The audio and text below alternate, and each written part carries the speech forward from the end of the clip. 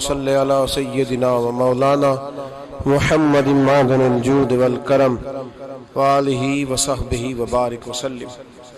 تمام تعریفیں حمد و ثنا اللہ تبارک و تعالی کے لیے، ہر قسم کے درود و سلام نبی رحمت صلی اللہ تعالی علیہ وسلم کی ذات والا صفات کے لیے حمد و صلات کے بعد، اسلام اعلیٰ اخلاقی قدروں کا حکم دیتا ہے۔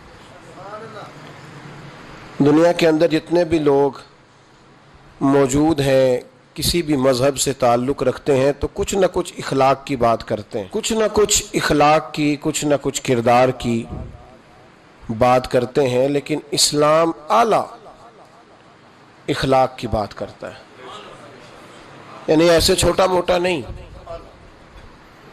ٹھیک ہے، تھوڑا بہت آپ نے کسی کے ساتھ کوئی خیر کا کام کر دیا، کبھی وہ آیا تھا جی میں نے تھوڑی بہت خدمت کر دی، تو یہ تو ساری دنیا کرتی ہے، تو ہلکا پھلکا نہیں۔ اسلام تو حضور صلی اللہ تعالی علیہ وسلم نے فرمایا، میں اخلاق کی جو بلند ترین معیار تھا نا، اس کی بھی تکمیل کرنے کے لیے دنیا میں آیا ہوں۔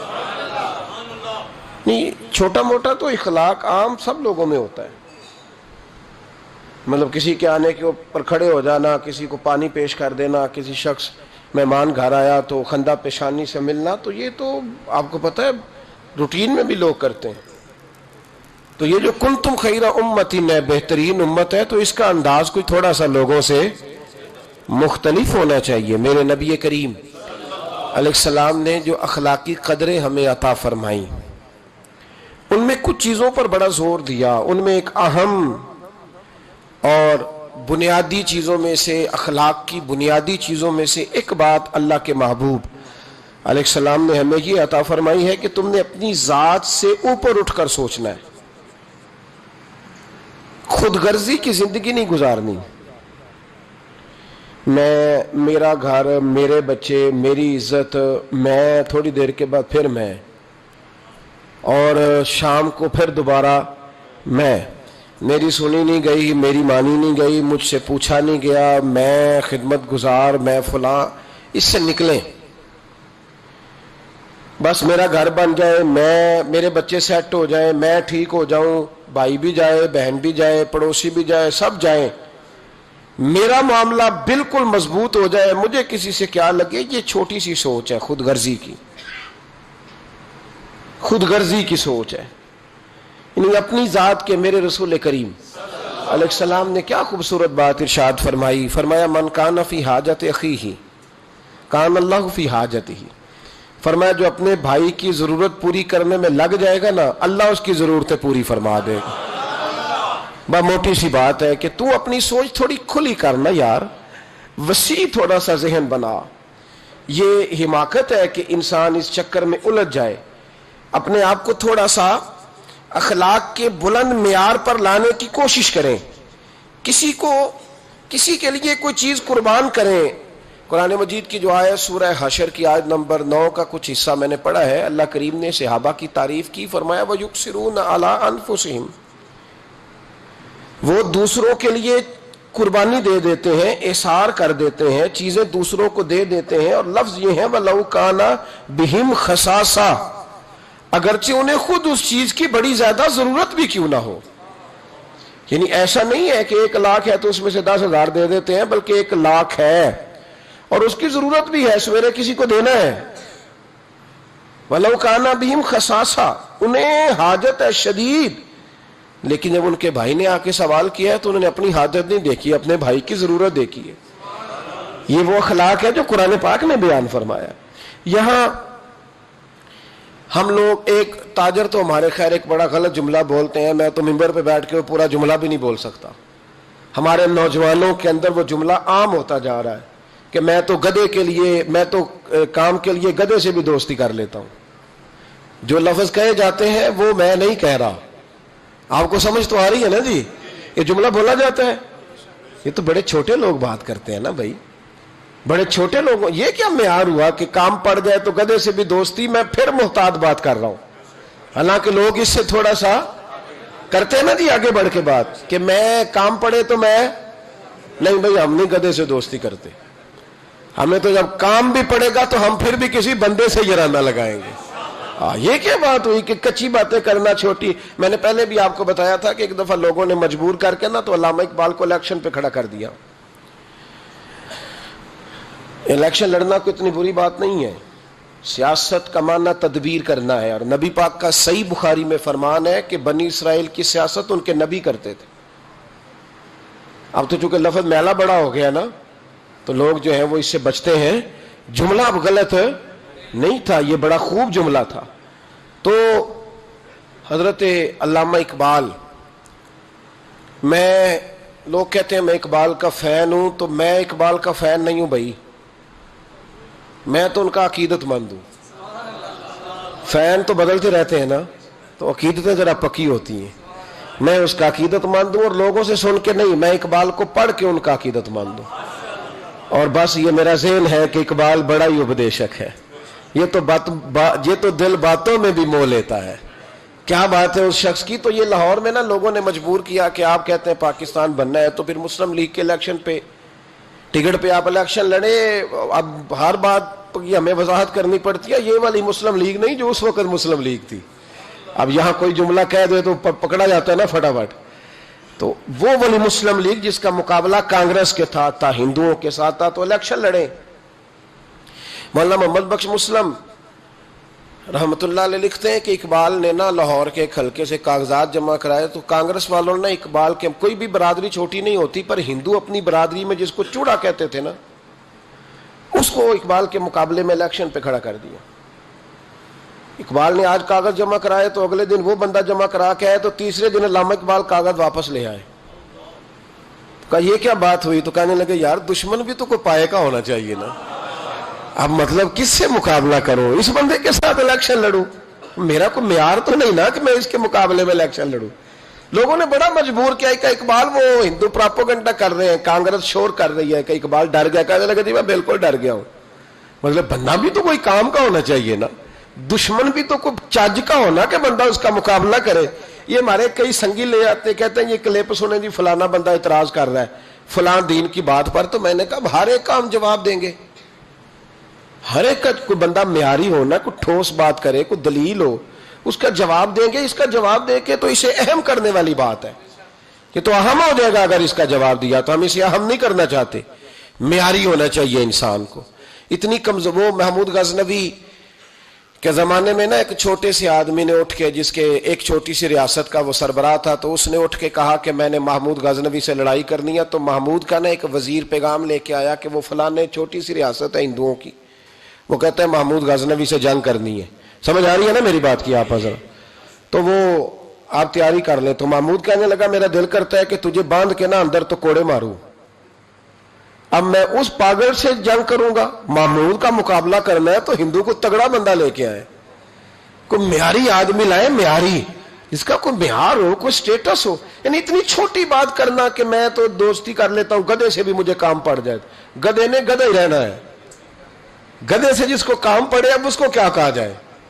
تو اتنا مطلب کچا. اور یہ بڑے بڑے سیانے تاجروں میں جملہ بولا جاتا ہے, اور بچوں کو پڑھایا جاتا ہے کہ کام نکالو اپنا. بھائی ہم نہیں اپنا کام نکالیں گے, معیار قائم رکھیں گے. معیار اصل ہے. آپ کبھی بھی اونچے معیار کی بات کریں, چھوٹی بات کبھی بھی نہ کریں. قربانی جو ہوتی ہے نا, اثار, یہ آدمی کا قد بڑا کرتا ہے. امام غزالی رحمت اللہ علیہ فرماتے ہیں جس بندے کا رونے کا پروگرام بن جاتا ہے نا ساری زندگی اور روتا ہی رہتا ہے. کیونکہ حضور علیہ السلام نے فرمایا کہ اللہ بندے کے گمان کے قریب ہوتا ہے. تو فرمایا جس کا ارادہ بن جائے نا, یا اللہ مجھے دے, میں تیری مخلوق میں بانٹوں گا, تو اللہ اسے اتنا دیتا ہے کہ اسے بانٹنے والا بنا دیتا ہے. تھوڑا معیار تو بلند کرے نا سوچ کا تھوڑا معیار. ایک بات آپ سے عرض کرنی ہے, تھوڑی بزرگ کچھ چیزیں سمجھاتے ہیں نا جی, تو کئی دفعہ وہ باتیں سمجھنی پڑتی ہیں. ایک درویش کے پاس کچھ دنیا دار آ گئے, دو بندے آ کے کہنے لگے بابا جی یہ جو آپ درویش لوگ علماء صوفیاء اعتراض کرتے ہیں کہ دنیا دار بڑے غلط ہیں, تو کیا ہمارے اندر کیا غلطی ہے؟ آپ ہمیں حکم کریں. ہم ایک دوسرے سے پیار کرتے ہیں, تو آپ ہر وقت تنقید کرتے ہیں کہ دنیا دار ٹھیک نہیں ہوتا, مال کا حریص ٹھیک نہیں ہوتا, لالچی ٹھیک نہیں ہوتا. آپ بتائیں کیا مسئلہ ہے؟ درویش بھی تو دنیا داری کرتے ہیں نا، روٹی کھاتے ہیں، اچھے کپڑے پہنتے ہیں، تو ہم کرتے ہیں تو دنیا دار، اور تم کرو تو سمجھ آ رہی ہے کہ نہیں آپ حضرات کو؟ اللہ تعالیٰ آپ کو جزائے خیر عطا فرمائے۔ ادھر دیکھیں ذرا، زیادہ غور کریں میری بات۔ تنقید کی، دو تاجر دنیا دار آئے، تنقید کری، کہا جناب یہ کیا بات ہوئی کہ آپ بھی روٹی کھاتے ہیں ہم بھی کھاتے ہیں، آپ بھی کپڑے پہنتے ہیں ہم بھی پہنتے ہیں، تو ہم کریں تو دنیا دار اور آپ کریں تو دین دار۔ تو حضرت صاحب فرمانے لگے چلو تجربہ نہ کرا دیں تھوڑا سا؟ میں کہا جناب کرا دو۔ یہ کچھ زیادہ سیانے بندوں کو جب تک تجربہ نہ ہو تو انہیں بات سمجھ میں بھی نہیں آتی، گفتگو سے نہیں سمجھتے، تجربات سے سمجھتے ہیں۔ تو میں تجربہ کرا دے کہ حضور کرا دے۔ تو حضرت صاحب نے نا ان کے ہاتھ باندھ دیے یہاں سے، لکڑی کے ساتھ نہیں، بازو ٹوٹ جائے تو باندھا کرتے ہیں، تو یہ جوڑ باندھ دیا۔ آپ کو پتا ہے کھانا کھانے کے لیے یہ جوڑ نہ ہو تو روٹی کھائی نہیں جا سکتی۔ اللہ تبارک و تعالیٰ نے انسان کی سہولت کے لیے اسے بڑا ہی خوبصورت پیدا فرمایا ہے۔ تو یہاں نا باندھ دی پھٹیاں ان کو، دونوں دنیا داروں کو، تو فرمایا جی روٹی کھائیں، آپ کا امتحان ہونے لگا ہے۔ میں کہا یہ کون سا مسئلہ ہے؟ یوں کر کے سالن کے ساتھ لگاتے اور یوں اوپر کر کے نہ منہ میں پھینکتے روٹی۔ روٹی تو کھا لی پر کپڑے سارے بھر گئے، منہ بھی بھر گیا۔ حضرت فرمانے لگے جاؤ اندر سے 2 درویشوں کو بھی بلاؤ۔ ان 2 درویشوں کو بھی بلایا جو تربیت لینے آتے تھے، سالک تھے، حضرت ان کی تربیت فرما رہے تھے، ان کو بلایا۔ ان کے ہاتھوں کے ساتھ بھی اسی طرح پھٹیاں باندھ دی۔ آپ میری طرف توجہ رکھیں، ان کے ہاتھوں کے ساتھ بھی نہ اسی طرح پھٹیاں باندھ دی اور فرمایا بھئی یہ سالن ہے شوربے والا، روٹی کھا لو۔ انہوں نے کہا حضور کھا لیتے ہیں۔ فرمایا بندے ہاتھوں سے کھانی ہے۔ کہا حضور کوئی مسئلہ ہی نہیں۔ 2 بندے جب سامنے بٹھائے نا، وہ درویش تھے، انہوں نے کیا کیا کہ ایک دوسرے کے منہ میں لقمے ڈالنے شروع کر دیے۔ انہوں نے نا ایک دوسرے کے منہ میں روٹی کے لقمے ڈالنے شروع کر دیے، اس کا بھی پیٹ بھر گیا اور اس کا بھی پیٹ بھر گیا۔ تو حضرت فرمانے لگے یہ درویش اور دنیا دار کے کھانے کا طریقہ ہے، پیٹ ہمارا بھی بھر گیا ہے پر کپڑے بھی بچ گئے ہیں، پیٹ تمہارا بھی بھرا ہے پر کپڑے بچے، کپڑے بچے، بے قدرہ کچھ قدر نہ جاتی، کیتی خوب تسلی ہوں، اے دنیا دار پجاری زردے کتیاں دے گل ٹلی۔ حضور علیہ السلام نے فرمایا کہ دنیا مردار ہے اور طلب کرنے والا کتا ہے۔ اتنے سخت لفظ بیان کیے۔ روٹی تو کھا ہی لی ہے ان دونوں نے بھی، لیکن تھوڑا سا نا اپنی ذات سے اٹھ کر سوچا ہے، کہا کوئی حرج نہیں، دوسرے کے منہ میں لقمہ ڈالیں گے تو اللہ فضل فرمائے گا۔ ایک دوسرے کے منہ میں ڈالتے رہے تو روٹی بھی کھا لی اور کپڑے بھی، روٹی تم نے بھی کھائی ہے پر تمہارے کپڑے بچے۔ آج بڑی دنیا روٹی کھاتی ہے پر کپڑے بچتے، کبھی کوئی دھبا لگتا ہے، کبھی کوئی دھبا لگتا ہے، کبھی حرام کا، کبھی نجائز کا، کبھی چوری کا، کبھی ڈکیتی کا۔ روٹی کھاؤ پر دھبے تو نہ لگاؤ۔ دامان توکل کی یہ خوبی ہے کہ اس پر پیبند لگے ہوتے پر دھبے نہیں ہوتے۔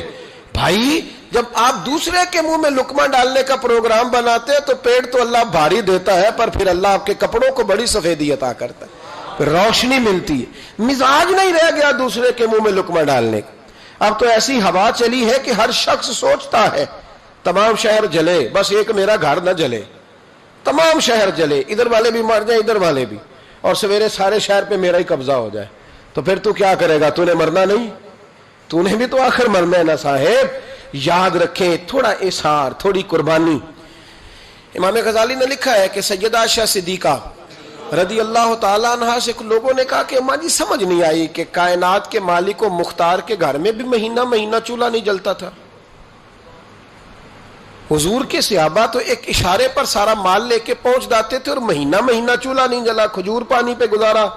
جناب عائشہ فرمانے لگی یہ مسئلہ نہیں تھا کہ آتا کچھ نہیں تھا، مسئلہ یہ تھا کہ جو آتا تھا نا شام سے پہلے پہلے میرے نبی کریم بانٹ دیا کرتے۔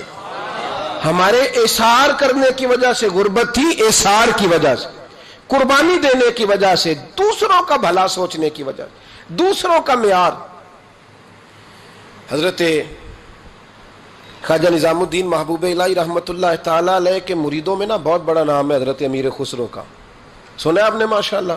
چلو اللہ کرے، دعا دیتا ہوں اللہ کرے آپ درویشوں کے نام یاد رکھنے شروع کر دیں، آمین تو کہہ دیں۔ آپ کہتے ہیں سنا ہی نہیں، ہاں ہی نہیں کرتے، اللہ جانتا ہے۔ نام سنا ہے نا حضرت امیر خسرو کا؟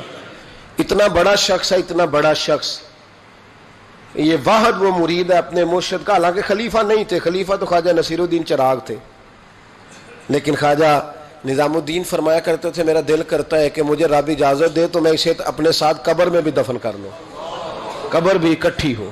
ایسا معیار تھا. بس ہوتے ہیں نا کچھ لوگ مثل تعویذ ہوتے ہیں کچھ لوگ, وہ جب بھی ملتے ہیں شفا ہوتی ہوتے. اب کیا کیا جائے, کچھ لوگوں کی ادائیں ہوتی ہیں, وہ بڑا کچھ نچھاور کرتے ہیں. حضرت امیر خسرو رحمت اللہ تعالی علیہ بڑا قرب تھا حضرت کا, بڑا قرب تھا. بادشاہ کے وزیر تھے پر ڈیوٹی پوری کرتے تھے. تو جب لوگ آ کے کہتے نا کہ کوئی کام ہے حضرت صاحب سے تو آپ ذرا سفارش کر دیں, تو فرماتے میری اتنی اوقات ہے, میری اوقات ہی نہیں میں اور ان کے سامنے بات کروں. جاؤ وہ خواجہ نصیر الدین چراغ دہلوی بیٹھے ہیں, ان سے کہو وہ بات کریں, وہ فلاں بزرگ بیٹھے ہیں. ساری زندگی اپنی نفی کرتے رہے. کسی جگہ بھی یہ معیار نہیں بنایا کہ میں بھی ہوں, میرا بھی کوئی ذکر ہے. حضرت امیر خسرو رحمت اللہ علیہ سے کسی شخص نے ایک دفعہ پوچھا کہ حضور میرا مطلب ہے کہ انسان بات کر ہی لیتا ہے نا, نبی کریم بھی تو اللہ سے بات کریں گے نا اپنی امت کے لیے, تو جائز سفارش کو منع تھوڑی ہے, تو بات کر لینی چاہیے. اگر کوئی جائز ہو تو کیوں نہیں کرتے آپ؟ تو حضرت امیر خسرو فرمانے لگے کہ بات کرنا نا یہ خود پسندی ہے, یہ معیار ہے کہ میرا کوئی سٹیٹس ہے, تو میں چاہتا ہوں کہ میں یہاں سٹیٹس بھی دوسروں کا بناؤں, اپنا نہ بناؤں. میرا دل کرتا ہے کہ نصیر الدین چراغ دہلوی آگے لگ جائیں, میرا دل کرتا ہے کہ وہ فلانا درویش آگے, میرا دل کرتا ہے.